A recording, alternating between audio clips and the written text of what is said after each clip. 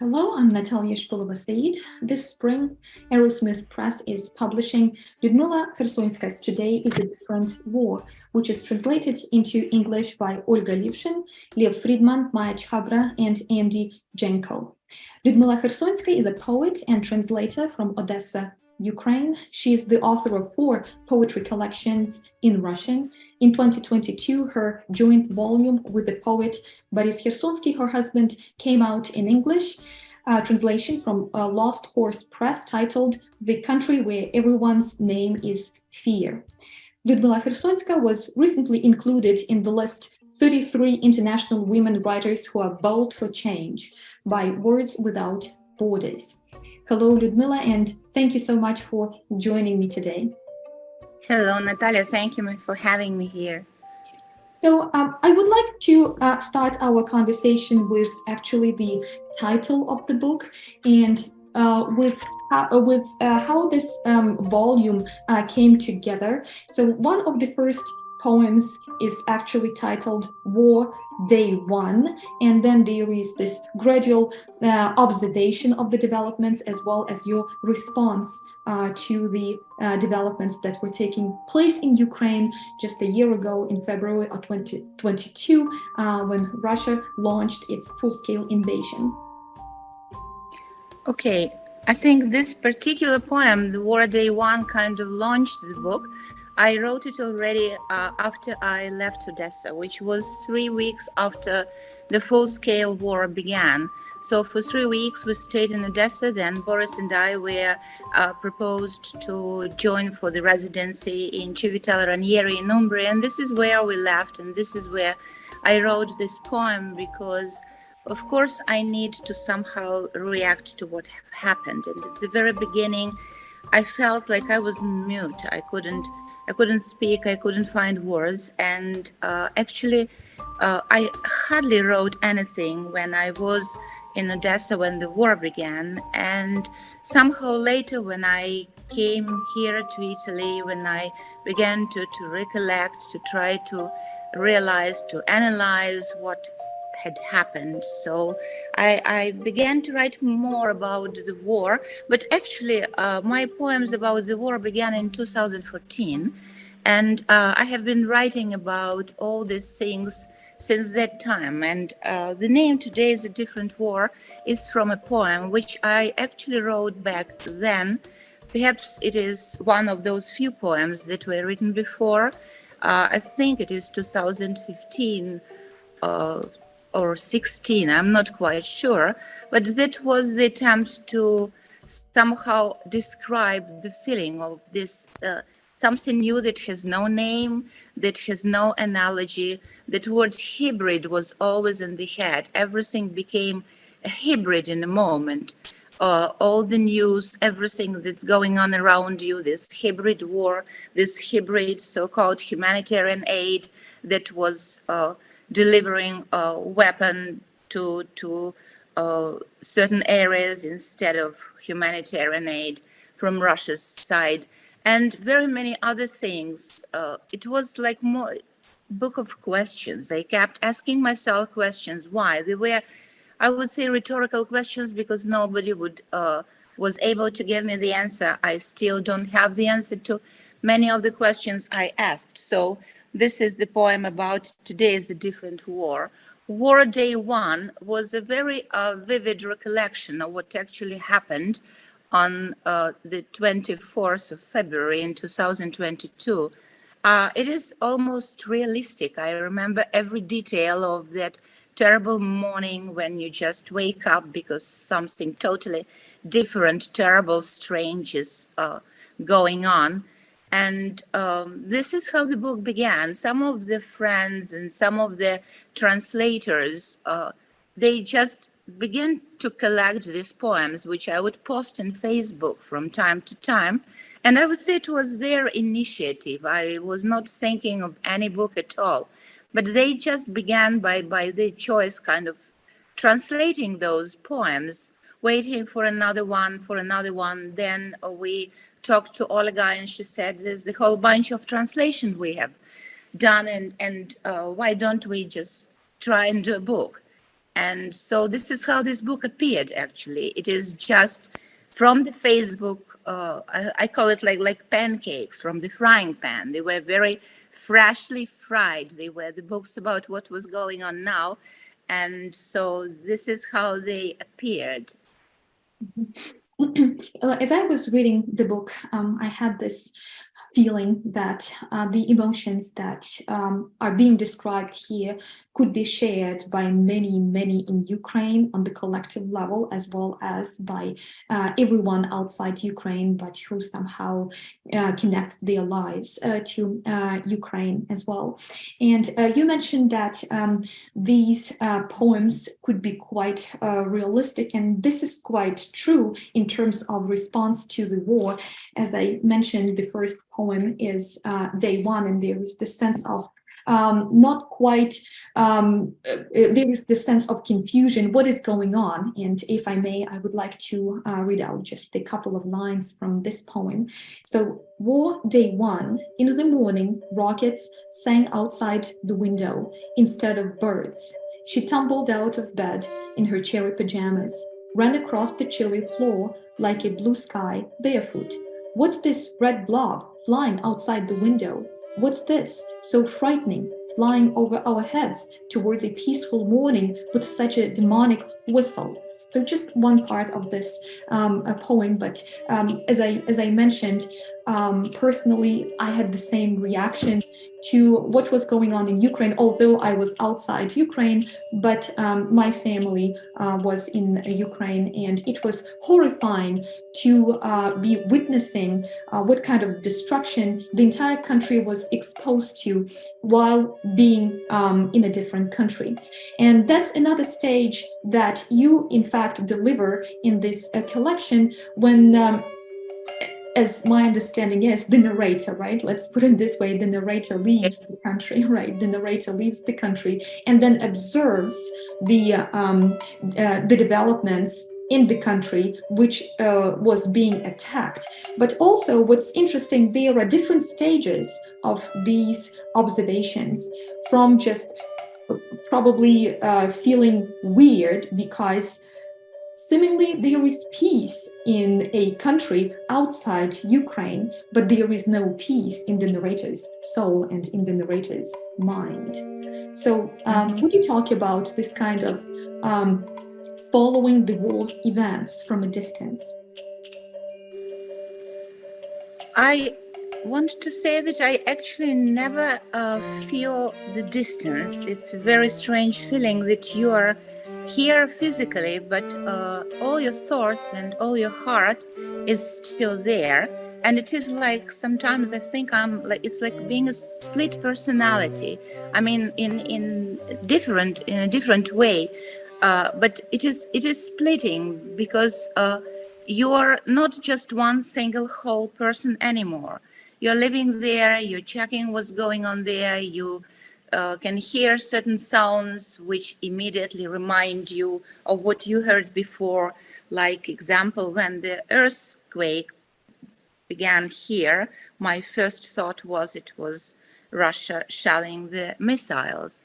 I mean, people may have very different comparisons with what they feel during the earthquake, but my new comparison was exactly like that.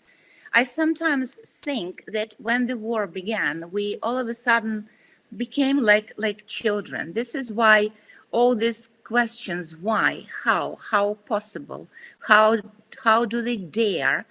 And this is actually childish reaction to something weird. You were right about this word, because something happens that totally ruins and changes your entire world.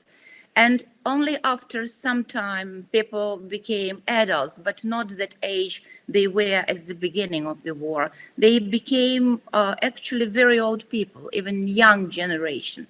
They have grown old with this war very quickly because the burden is really terrible. The problem with this war is also naming things.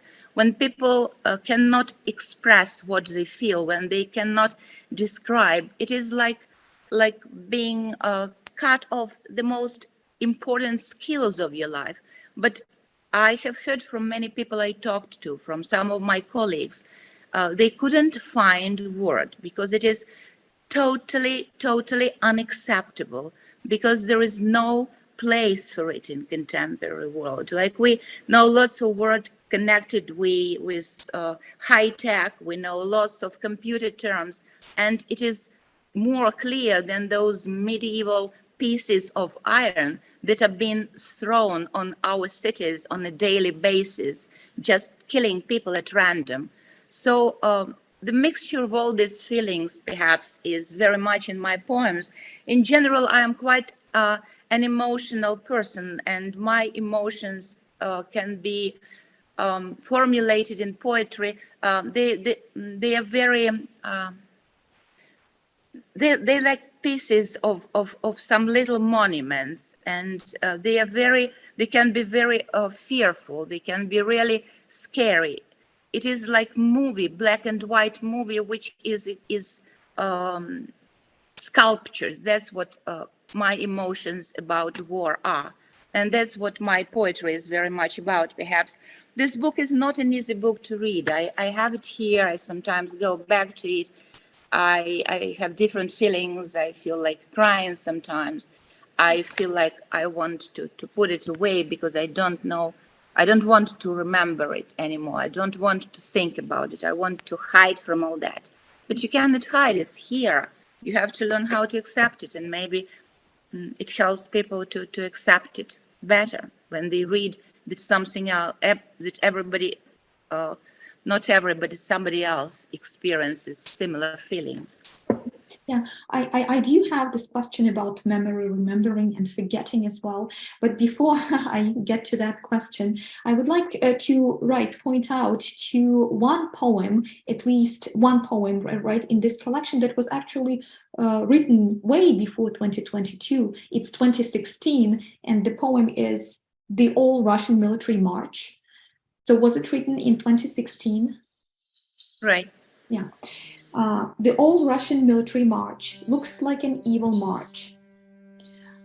Wicked things crawl across the square, their streets spread eagled, our goosebumpy death machine after another, designated for the destruction of enemy personnel. Veterans watch from their brotherly graves, all those crutches, all those portraits, thinking, would it be better if they painted a bench or fried some chicken? Instead, they dressed up some kids like soldiers and gave them ribbons, orange and black, striped like a potato beetle. This poem is a reminder to me that the actual war didn't start in 2022, and there was some gesture of ignoring on the international level of what the Russian Federation was executing in Ukraine since 2014. And in fact, this 2016 poem also echoes with other poems in this collection that touch upon this sense of fatigue and tiredness, not only among the Ukrainians because the air raid sirens go off every single day, 24 hours, but because the international community is kind of getting tired of this constant attention to what is going on in Ukraine, to the point where this attention dwindles, diminishes, and there is again this kind of probably willingness to forget and to ignore. We live in the situation now when you cannot just forget or just ignore. There was ignoring at the very beginning, you're right. As I said, for me, the war began in 2014 after the annexation of the Crimea. I had many friends who had to flee the Crimea, just locking the apartments same way as we did this time when we had to leave our home in 2022. And I remember we were having some of the friends in our house, and I felt such a pain looking at the three of them. It was a man and her husband and their baby. Well, she was just probably 10 or 11 at that time. And I had such a strong pain in my heart, thinking so that they are the people now who have lost everything, who have just locked everything behind all their books. They just grabbed their child and they fled. Like, I knew many things about this war from the very beginning. For the West and the world in general, yes, they were ignoring things. They thought that somehow, some way, it will be somehow settled down. You know, people do not like troubles, particularly people in the 21st century. They do not like ugly pictures. They do not like to hear about the death in the time when so many scientists do a lot to prolong the life. They want something cheerful. They want positive emotions. And here we are, and here is Russia with this war. And I'm very happy that they do not ignore it now. I think it's very good that they see the pictures, they come to visit, they realize the extent of the atrocities. So now I guess not a single politician will have any right to say, I don't know, I haven't seen or prove it. As to that poem about the parade, it was a military parade I watched on television. It was Russia's military parade. And again, what scared me very much was this hybridity of everything, was this ruining of the notions of normality.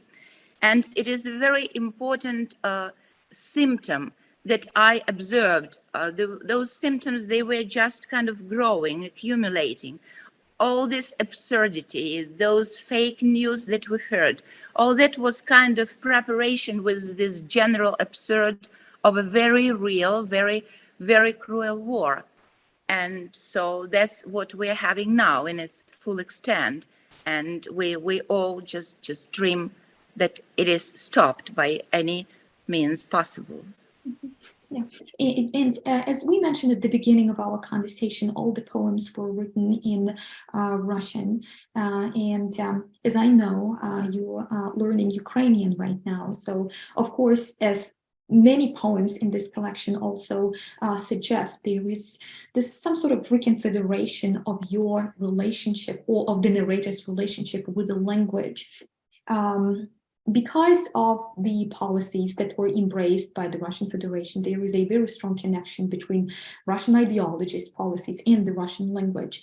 But it's quite ironic, while destroying everything in Ukraine in terms of human lives, in terms of infrastructure, in terms of any kind of connection, this war also destroyed people's connection with the Russian language as well. And that's probably the last point that Russia was pursuing when launching this kind of brutal war on Ukraine. So would you share your thoughts on this connection with the Russian language and this decision, which is actually shared by many, to either abandon the Russian language and embrace the Ukrainian language, or to at least reconsider their memory, right? Their memory and their usage of the Russian language.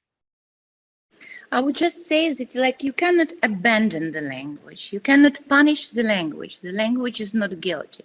You should punish the aggressors who just use this language to manipulate the world, to manipulate other people.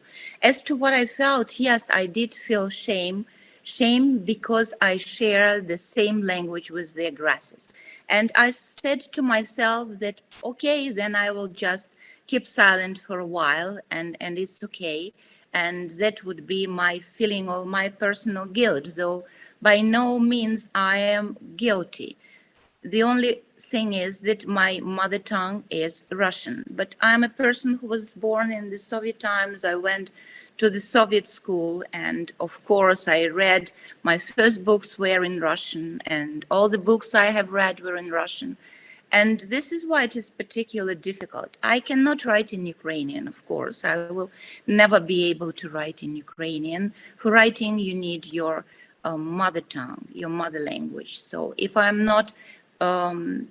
will not be published in Ukraine anymore, it it will be okay with me. I'm ready to accept it. I will keep writing. Then I will writing to myself, to some other friends. I will write to the table, as many people did before during the Soviet time censorship. But I will use Ukrainian in my everyday life, and very often even here with my husband, we speak Russian, but when we are out, we are in public, and we hear somebody else speaking Russian, I feel hostility.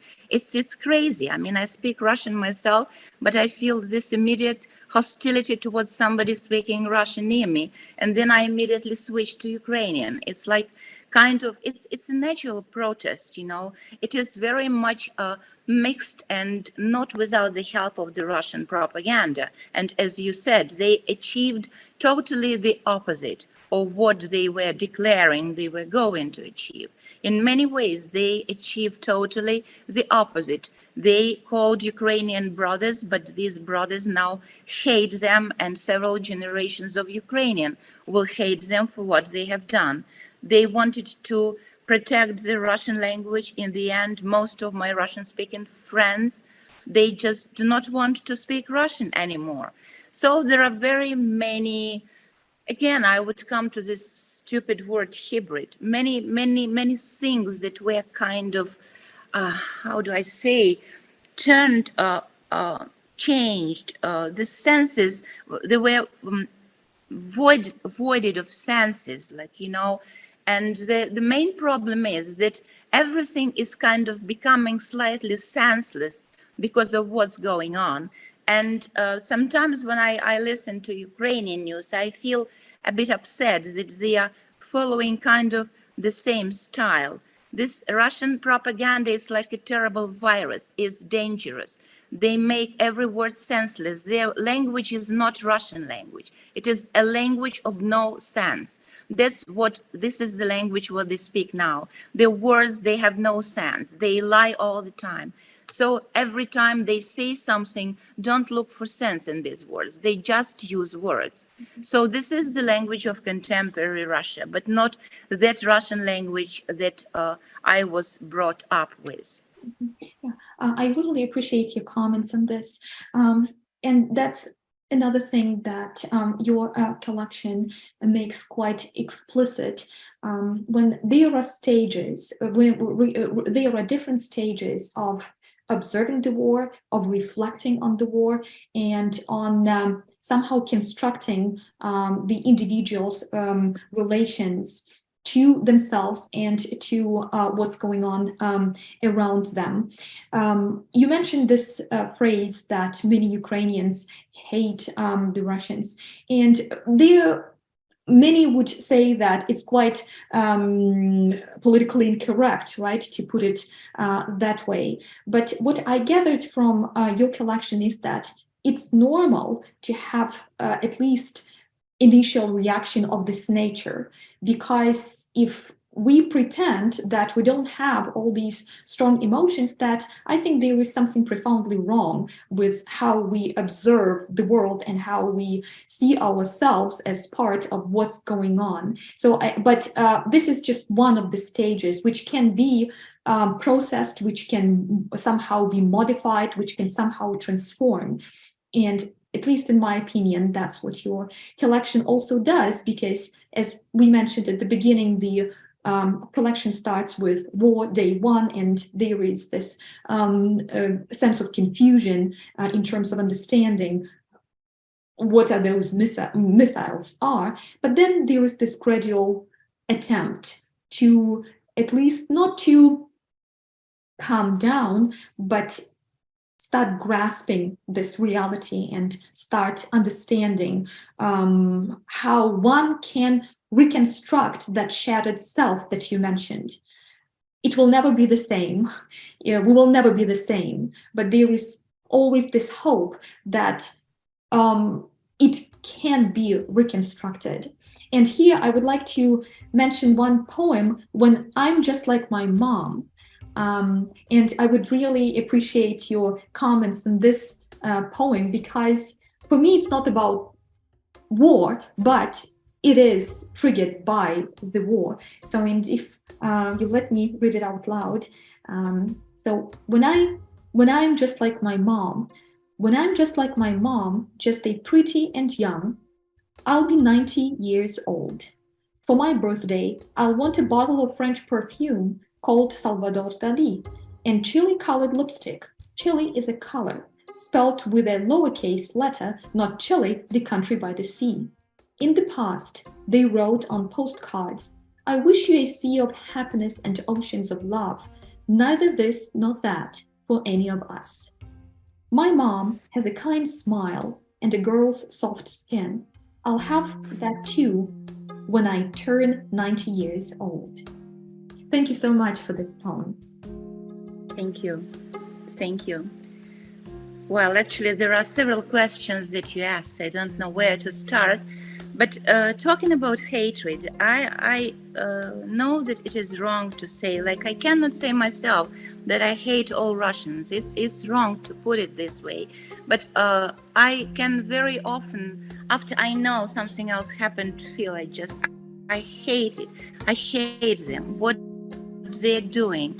And, you know, like we are not historians or scientist people to talk about the collective guilt, whether it's okay or not, whether who is guilty, is the entire nation guilty, is everybody else, every third or every 10th person guilty, are all old people guilty or all politicians. But yes, the feeling of hatred is there, and it is somewhere in my poems, and it also should help a person to realize that, yes, I have this feeling, but it's okay. Somebody else also has it. I need some time. I need to calm down. I need to explain to myself what's going on and how I live with it.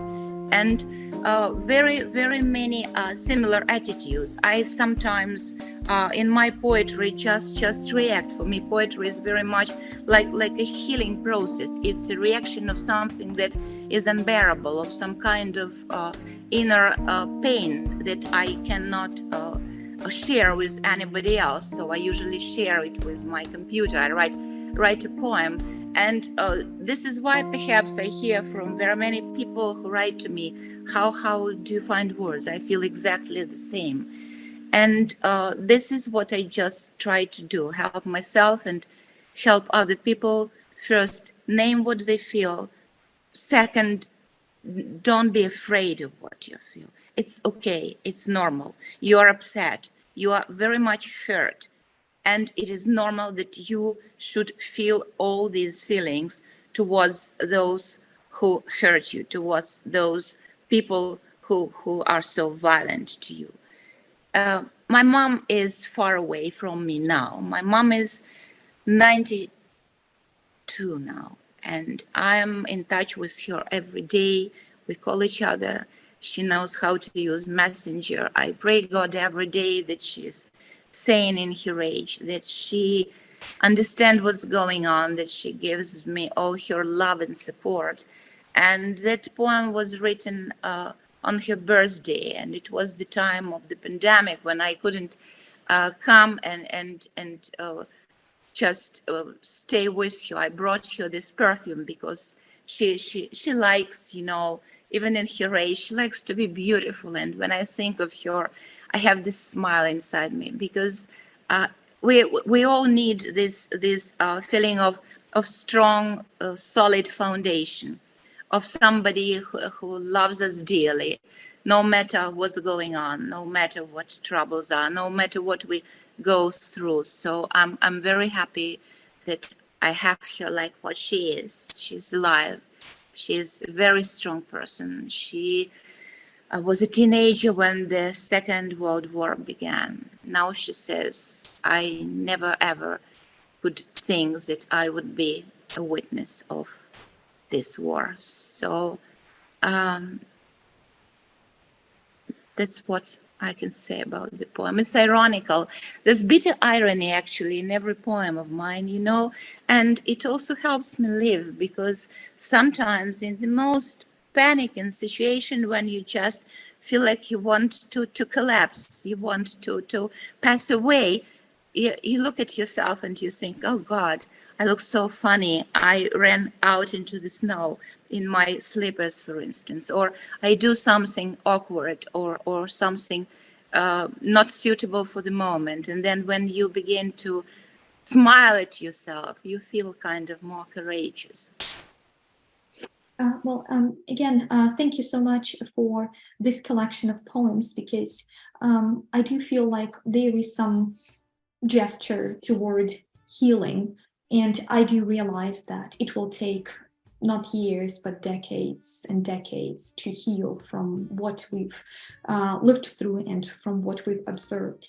But I would like you to share your thoughts on this healing process.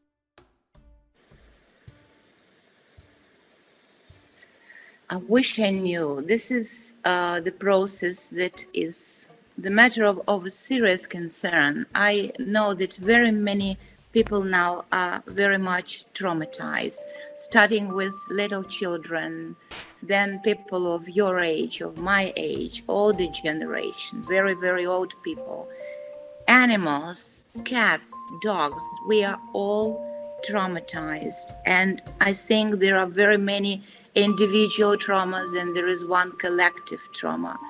It will take a very long period to heal the collective trauma. I don't think we will ever be able to heal it at all. There will be an open wound, not a scar.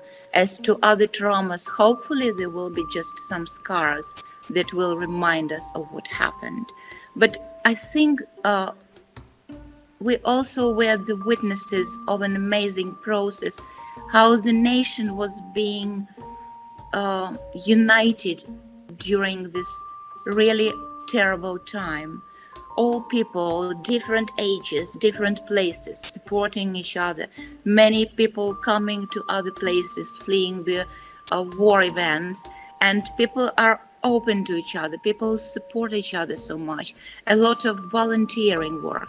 A lot of people just doing every little bit, donating for the army, helping somebody else they know.